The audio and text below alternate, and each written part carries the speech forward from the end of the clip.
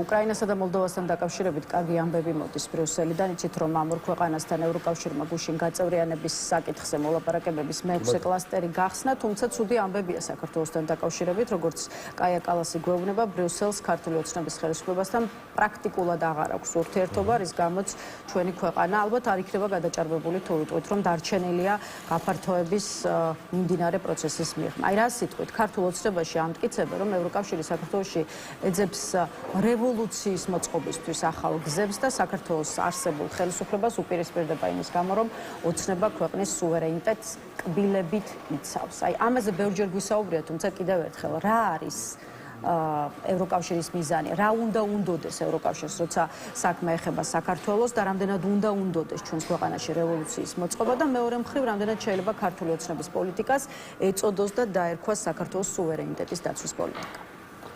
მოგესალმებით კიდევ ერთხელ, მადლობა ამ შესაძლებლობისათვის. სუვერენიტეტი არის ძალიან მარტივი რაღაც, მარტივად განისაზღვრება სუვერენიტეტი არის ეროვნული სახელმწიფოებრივი თვითმყოფადობა, მოვლენა, რომელიც განსაზღვრავს იმას, რომ ჩვენი სახელმწიფო იმ წესწყობილებით, რომელიც წესწყობილებითაც ცხოვრობს, დემოკრატიული რესპუბლიკის ფორმით, კონსტიტუციური წესრიგით, სამართლის უზენაესობით შენარჩუნებული იყოს რუკაზე დატანილი, ერქვას საქართველო და იყოს სრულფასოვანი სახელმწიფო, რომელიც თავის შიდა და გარე პოლიტიკას განსაზღვრავს დამოკიდებლად. მოდით დავშალოთ აი ძალიან მარტივად ქართული ოცნების პირობებში რა არის სუვერენიტეტი. შიდა პოლიტიკა ავიღოთ და ის რაც ამყარებს სუვერენიტეტს, ხო? საქართველო ეკონომიკურად დამოკიდებულია რუსეთზე, სასიცოცხლო ხუთმნიშვნელოვანი პროდუქტებისთვის მტერზეა დამოკიდებული ქალბატონი ლელა. ჩვენ სუვერენიტეტს აქვს ფუნდამენტური მთავარი პრობლემა ერთი. ეს სუვერენიტეტის მთავარი პრობლემა არის საქართველოს ტერიტორიაზე ორ რეგიონში განთავსებული რუსული არმია და საოკუპაციო რეჟიმები, ამ ორ ეგრეთ წოდებული სატელიტურ საოკუპაციო რეჟიმები, რომელიც ამ ორ რეგიონში დგას. ჩვენს ტერიტორიაზე სუვერენიტეტს პირველ რიგში არღვევს რუსეთის არმია, რუსეთის ჯარი დგას, მტრის ჯარი დგას და ეს არღვევს სუვერენიტეტს. ამ ვითარებაში წარმოიდგინეთ და ჩვენ მაყურებელს მინდა ერთი წუთი გავხსნათ. ამ ვითარებაში ეკონომიკურად საქართველო ხორბლის ფაქტორად 100%-ით, საწვავის ფაქტორად 100%-ით დამოკიდებულია რუსეთზე. ელექტროენერგიაზე მზარდია, გაზზე მზარდია დამოკიდებულება. ანუ ეკონომიკურად დამოკიდებელი ვართ რუსეთზე და აქ სუვერენიტეტი უკვე მოერყვა. რუსეთის ჯარი დგას ჩვენი ტერიტორიაზე და აქ სუვერენიტეტი მოერყვა.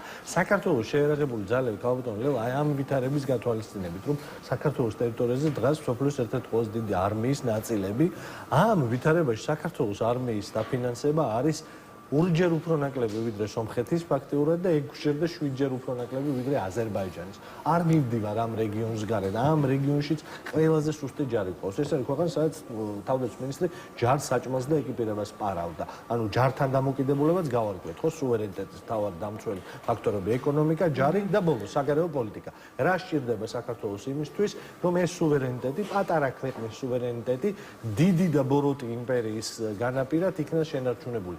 ეს არის კარგი სანდო მეგობრების საერთაშორისო თვალსაზრისით და ედუარდ შევარდნაძე ზვიად გამსახურდანი და ედუარდ შევარდნაძიდან მოყოლებული ამ კარგ მეგობრებს საქართველო ეძებდა იქ, სადაც ლოგიკურად უნდა იპოვო, სადაც ადგილი არის ჩვენი კარგი მეგობრების, იმიტომ რომ ჩვენ ქრისტიანული ევროპული ცივილიზაციის ნაწილი სახელმწიფო და იქ ვეძებდით მეგობრებს, ეს მეგობრები ვიპოვეთ, ამ მეგობრებთან ერთად ვაშენებდით ქართულ სახელმწიფოს 30 წლის მანძილზე, ქართულ სუვერენიტეტს მათ შორის და იმაში რომ ქართული სახელმწიფო დღეს არსებობს, მაგათ 2008 წლის აგრესიის შემდეგ ჩვენი მეგობრები შეერთებული შტატების წვლილი ამაში ძალიან დიდია. აი ამ ვითარებაში საგარეო პოლიტიკის თვალსაზრისით რა ხდება? საგარეო პოლიტიკის თვალსაზრისით სრულად ხდება ქართული ოცნება მოღალატეობრივად რუსეთის სასარგებლოდ, სრულად წყვეტს ურთიერთობას აი იმ ხალხთან, იმ ქვეყნებთან, რომელიც იყვნენ ქართული სუვერენიტეტის გარანტი, ქართულ ჯართან, ქართულ ეკონომიკასთან ერთად და ანგრევს ამ ურთიერთობებს, ამას ეხლა ანგრევს ეს ისე არ არის, ყველას ეს მოდის, რომ ამის შენებას, ნდობის დაბრუნებას, მეგობრებთან ნდობის დაბრუნებას, როგორც ადამიანურად ძალიან ბევრი დრო ჭირდება, თუ ძალიან ცუდ რაღაცას გააკეთებ, ისე ძალიან ბევრი დრო ჭირდება, იმაზე მეტი დრო ჭირდება დიპლომატიურ ურთიერთობებში. ანუ ანგრევს სუვერენიტეტს საფუძველს, რომ საქართველო იყოს დიდი ძლიერი გაერთიანების ნაწილი ევროკავშირის და შემდეგ ნატოსიც, რა თქმა უნდა, აი ამ სუვერენიტეტის საფუძველსაც ანგრევს ქართულ ეკონომიკას, ანგრევს ქართულ შეიარაღებულ ძალებს საგარეო პოლიტიკა რუსეთის სასარგებლოდ მიდის, ოღონდ სუფთად რუსეთის სასარგებლოდ, ქალბატონი ლელა, ისე კი არა საქართველოს სასარგებლოდ რუსეთის წიაღში, არამედ წმინდად რუსეთის სასარგებლოდ. თქვენს კოლეგებს ქვემოთ აი დამხვდნენ და მეკითხებოდნენ, რომ აი რას ფიქრობთ ეგრეთ წოდებული სამხრეთ ოსეთიაში მიმდინარე ამბებთან. ანუ წარმოიდგინეთ, საქართველოს ანგრევს მოქმედი ხელისუფლება მოღალატეობით ანგრევს თელს ჩვენს საგარეო პოლიტიკის 40 წლიან სისტემას და ამის პარალელურად ხო შეიძლება რომ რაღაცა დათმობა დავინახოთ რუსეთის მხრიდან და ეს დათმობა არ იყოს რაღაცა იმის, რა ქვია, კარტოფილის და მწვანილის გატანა რუსეთში და რეისები რომ ისინთიდან ჩამოფრინდნენ არაფრის მომცემი ტურისტები საქართველოში მოსკოვიდან. მოდიში აი ამას დავამთავროთ. ოღონდ მინდა რომ ჩაგეკითხო კიდეც, იმიტომ რომ მიუხედავად ყველაფრისა საქართველოს გეოგრაფიულად რჩება იქ, სადაც აქამდე იყო, ანუ არ იცვლება ჩვენი გეოგრაფიული მდებარეობა, შესაბამისად ეს არის ის ფაქტორი, რაზეც როგორც ჩანს გარკვეულ იმედებს ამყარებს ჩვენი ხელისუფლება. და სხვა შორის ამ თვალსაზრისითაც აქვთ კითხვები ქართულ ოცნებაში და ეს კითხვა მინდა დავსვათ. აი მაგალითად ევროპული ბიუროკრატია სრულ აბსურდშია შესული, ამასაც ვისმენთ ირაკლი ყობახიძის მხრიდან და რატომ როცა საქართველოს უზრუნველყოფს 7 ქვეყნის შავ ზღვასთან კავშირს, შავი ზღვის საკითხებს საქართველოს გარეშე განეხილავენო, ეს უკვირს ირაკლი ყობახიძეს და პრინციპში ჩნდება ლოგიკურად კითხვა, როგორ აპირებს ევროკავშირი საბოლოო ჯამში საქართველოს გეოგრაფიაზე თვალის დახუჭვას და საქართველოს არ შემჩნევას მაშინ როცა შავ ზღვასთან სხვა არაერთი ქვეყნის კავშირს სწორედ ჩვენი ქვეყანა უზრუნველყოფს. კი ბატონო, ერთია რომ არ შეიძლება არ სურს ბრიუსელს საქართველოს ოცნებასთან ურთიერთობა, მაგრამ საბოლოო ჯამში საქართველოს გეოგრაფიული მდებარეობა სტრატეგიულად მნიშვნელოვანი აიძულებს თუ არა დასავლელ პარტნიორებს და დასავლეთს აღდგეს გარკვეული ტიპის კავშირები. თქვენ და უდიდეს პატივისცემის მიუხედავად ვიტყვე რომ ეგ კითხვა ლოგიკური არ არის, რომ საქართველოს გეოგრაფია გავითვალისწინოთ არ გავითვალისწინოთ, ეგ კითხვა ლოგიკური არ არის, იმიტომ რომ რაც მე ჩემს პასუხში ლოგიკური რატოა ეს არა, ამ კითხვას სვავს სპეციალურად ქართული ოცნება ქალბატონო, დარწმუნებული რომ ეს თქვენს ძალიან კარგად გესმით, რომ ამ კითხვის შინაარსი ეს არის რაღაცა ცბიერება, ტოტალური ცბიერება. შეხედეთ ქალბატონო, მე რაც ჩამოვთვალე, მანამდე რაც გითხარით, აი ჩემს პასუხში ქართულ ეკონომიკასთან დაკავშირებით, შეერაღებულ ძალებთან დაკავშირებით და საქართველოს საგარეო პოლიტიკურ კურსთან დაკავშირებით. თქვენ როგორ ფიქრობთ, რომელიმე აი ამ პასუხში, რომელიმე ამ კონცეპტში არ გავითვალისწინეს საქართველოს გეოგრაფია? ანუ ხო შეუძლებელია არც თქვენ არც მე არავინ აი ამ ოთახში ძალიან ბევრი ხალხია არა ვართ შეშლილები რომ აღვიქვათ რომ საქართველოს შეიძლება რაღაცა ეს ფეხები აიდგას და სადღაც გადავიდეს ხო რაღაცა კუს ფეხები იმას ჯერა რა ქვია ყობახიძის რაღაცა შავბნელ ფლანგებს რომ კუს ფეხებზე შეიძლება დავდგა და სადღაც გადავინოსოთ ამას ხო არ გულისხმობ სწორედ იმიტომ რომ საქართველოს ძალიან ცუდ გეოგრაფიულ მდგომარეობაშია და ბოროტების იმპერიას ესაზღვრება და მისი ჯარი დგას საქართველოს ტერიტორიაზე სწორედ ამიტომ საქართველოს შეერაღებული ძალები ძლიერი უნდა იყოს. სწორედ ამიტომ, რომ ჩვენი მეზობელი არის ბოროტების იმპერია, რომელიც დღეს არის მთავარი გამოწვევა მთელ სამყაროში, დემოკრატიის და თავისუფლების ადამიანების და სამხრეთით კიდე ტერორისტული სახელმწიფო გვესაზღვრება ირანის სახით. ტერორისტული, ჩამყაყებული ბოროტი რეჟიმი აგრეთვე გვესაზღვრება, რომელიც რუსაში შეშლილებს, რომ შეშლილი ხალხი მართავს ირანსაც, როგორც რუსეთს შეშლილებს მართავს, ისე ირანს. ამ გეოგრაფიის გათვალისწინებით ვამბობ, რომ ჩვენი ეკონომიკა არ უნდა იყოს ჩამოკიდებული რუსეთზე და ირანზე, მაგალითად. არ უნდა იყოს, იმიტომ რომ აქ ვდგევართ, იმიტომ რომ აქ რო ვდგევართ, ქალბატონო ლელა და გეუბნებით, რომ ხორბლის 90%-ზე მეტი დამოკიდებული ვართ რუსეთზე, რუსეთმა რო გადაწყვიტოს ერთ წამში შეუძლია საქართველოს ერთ კვირაში საქართველოს პური აღარ იქნება. და საქართველოს ვერ მოასწრებს სხვა ბაზრების ძიებას.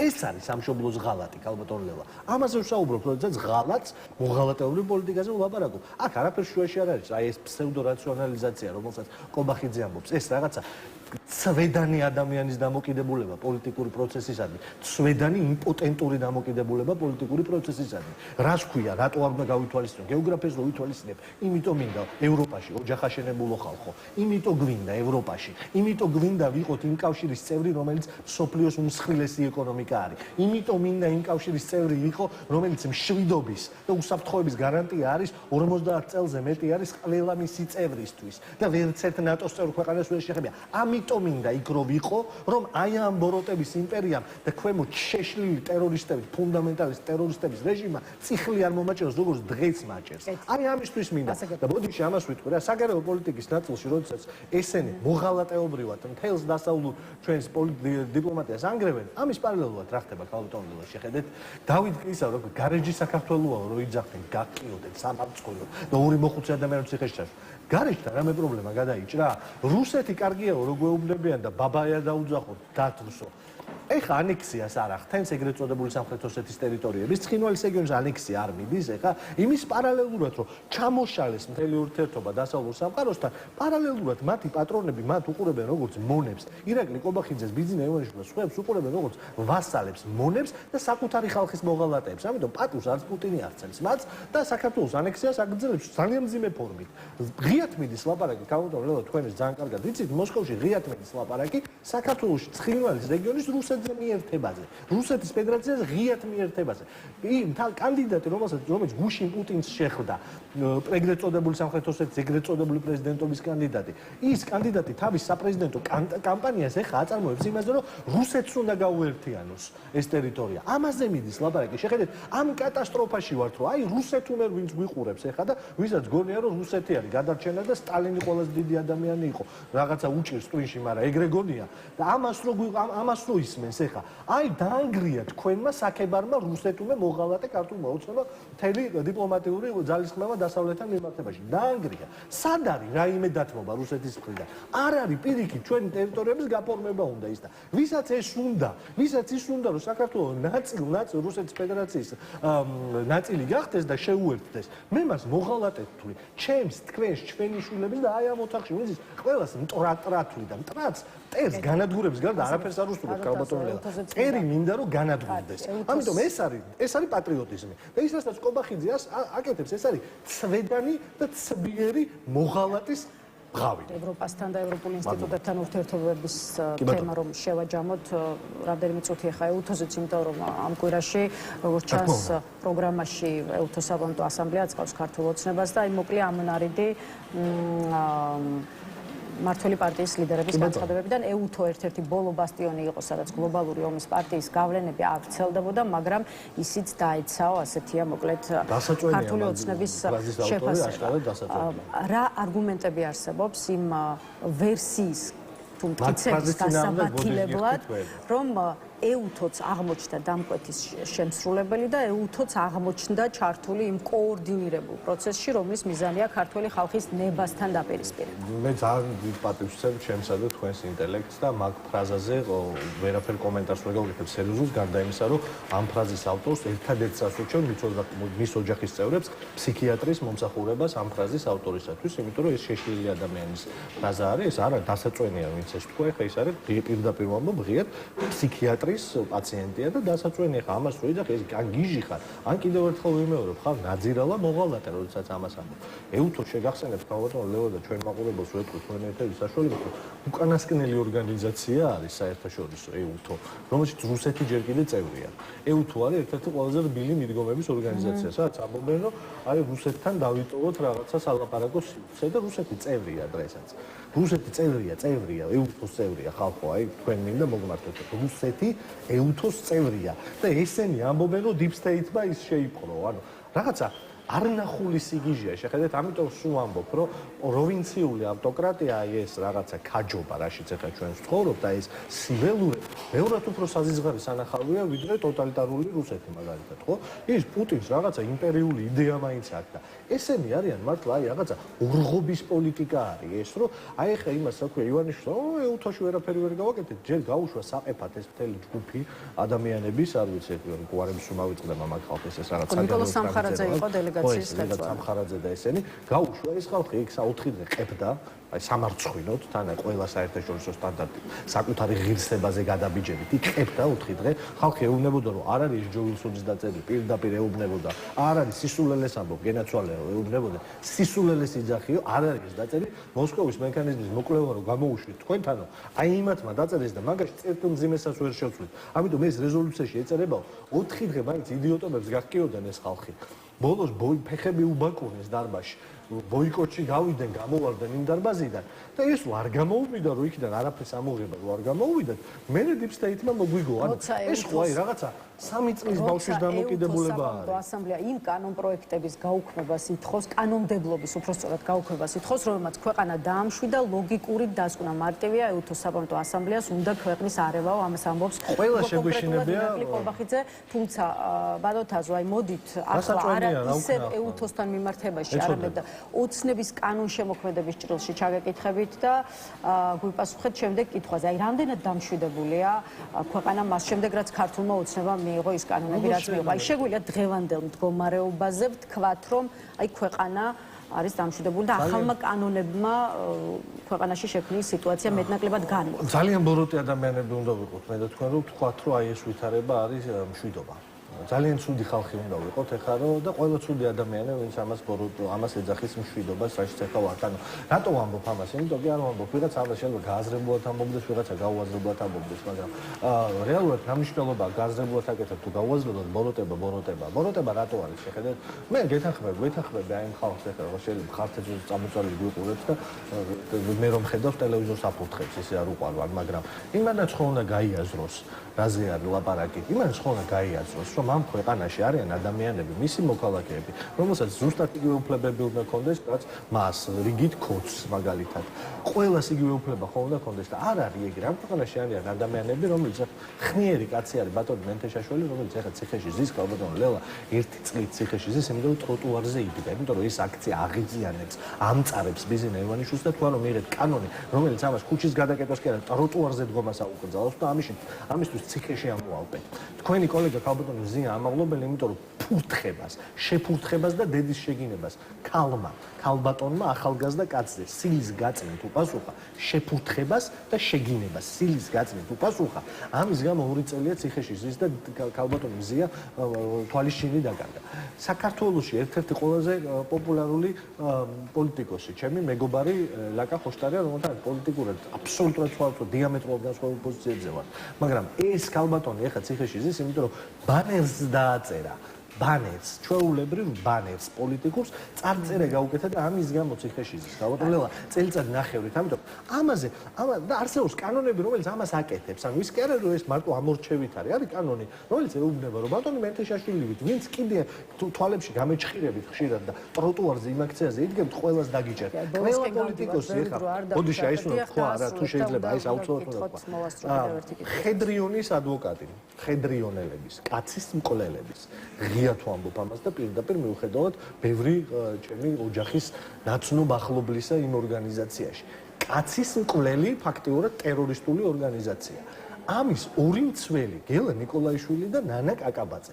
კგბ-ს აგენტები ეროვნული მოძრაობიდან მოყოლებული. აი ეს ხალხი გამოდის ეხა და საქართველოს ოპოზიციის ყველა ლიდერს აბსოლუტურად, მკლებლივ ყველა ოპოზიციის ლიდერს ადებს ხელს, რომ ისინი არიან ЦРУ-ს თან ესე ამბობენ, ამერიკის ცენტრალური დაზვერვის სამსახურის Deep State-ის დავალებით ამ ქვეყანის საბოტაჟს ახდენდნენ, როდესაც ოფიციალურ ვიზიტებით დადიოდნენ ამერიკაში და მაშინ რა ქვია, ევროპაში. აი ამას აკეთებენ და ყველა პოლიტიკური ლიდერს ციხე ემუქრება.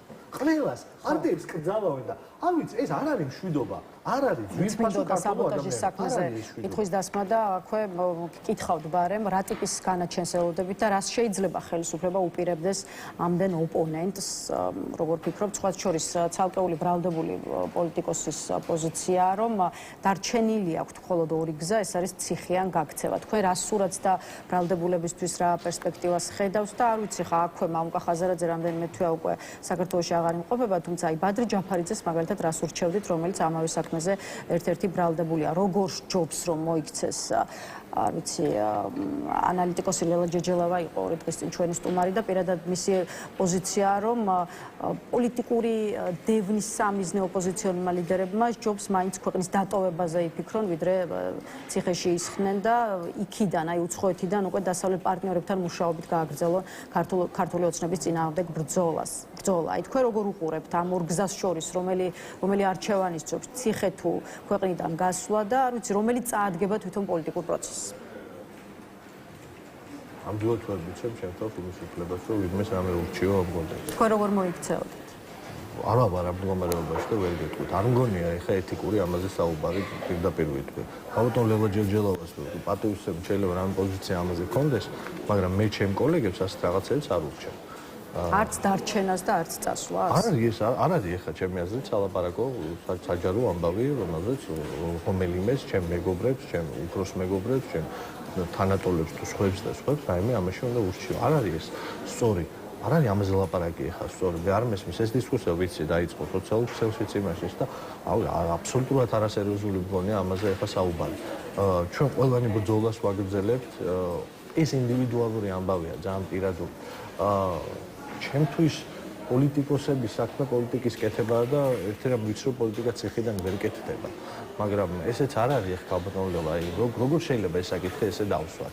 აი ხომ მე რო თქვა რომ ალბათ გამოსავალზე მაინც უნდა იფიქროთ და იბჭეოთ, იმიტომ რომ მინდა რომ დაგარწმუნოთ ამაში, აი 100% სცენარისტის უნდა იყოთ, ხო? 100%-იანი გარანტია მოგცეთ რომ ძალიან ბევრს ფიქრობთ და ბევრს მუშაობთ და უბრალოდ არ არის ეს საკითხი რომელიც საჯაროდ უნდა განიხილებოდეს მაშინ როდესაც სასამართლო პროცესი მიმდინარეობს. არ არის ასეთი საკითხი ჩემი აზრით, რომელიც საჯაროდ უნდა განიხილოს. ეს იმას არ ნიშნავს რომ არ ფიქრობთ ამაზე არ მუშაობთ. ოღონდ ამაზე ღიად ლაპარაკი ნებისმიერი სცენარისტვის და ნებისმიერი ტიპის განაჩენისთვის პოლიტიკას ვაკეთებ როგორიც არ უნდა 15 ივლისს 2026 წლის საქართველოში შესაბამისად გზარდით რომ პარტიაც აგვიკრძალონ, ყველა დაგვიჭირონ ამ შემდეგ და ამ შემდეგ ამაში პრობლემა არ არსებობს, მაგრამ ამაზე ღიად ლაპარაკი რომ როდესაც სასამართლო პროცესი მიდის და ადამიანები იქ არიან, რა ქვია, აი ამ რაღაც აბსურდულ მარიონეტების თეატრს უყურებენ პირველი პლანიდან და მათ ცხოვრება 6, 8, 15 წლით შეიძლება დაინგრეს.